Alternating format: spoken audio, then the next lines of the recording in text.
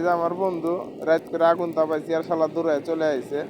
আইসা আমার হাতে আগুন তাপাইতেছে, যে পর্যন্ত আগুন শেষ না হবো এ পর্যন্ত বিড়াল আমার সাথে আগুন তাপাইবো, এখান থেকে যাইবো না।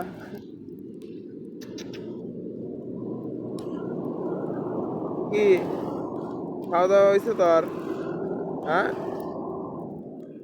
আমার বিড়ালরা আসলে এখানে আসার পর থেকে ও মাঝে মধ্যে আমার দোকানে এসে এমনকি আমার সাথে সময় দেয়।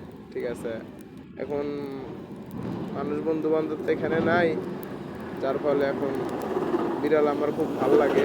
যার ফলে বিড়াল আসলে আমি ওদের একটু আদর যত্ন করি, যার ফলে আমাকে ওরা ভুলতে পারে না।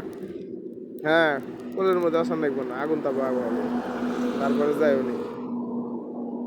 ঠিক আছে, আগুন তাপা ভালো লাগবে।